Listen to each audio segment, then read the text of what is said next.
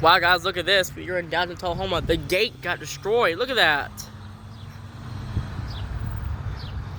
Look at that. That gate got completely destroyed by...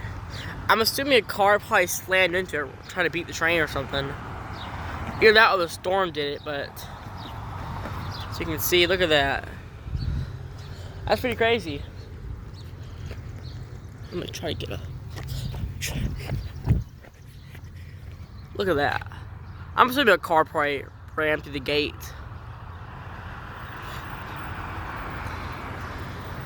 Well, yeah, some pretty heavy damage done here. I'm assuming somebody probably ran into it because he got impatient and tried to beat the train. That's what I'm assuming. People always do that. But yeah, we have a green light though, so we're gonna wait on that. We're not expecting to see that gate like that. But we had a green light, so we're gonna wait on the train.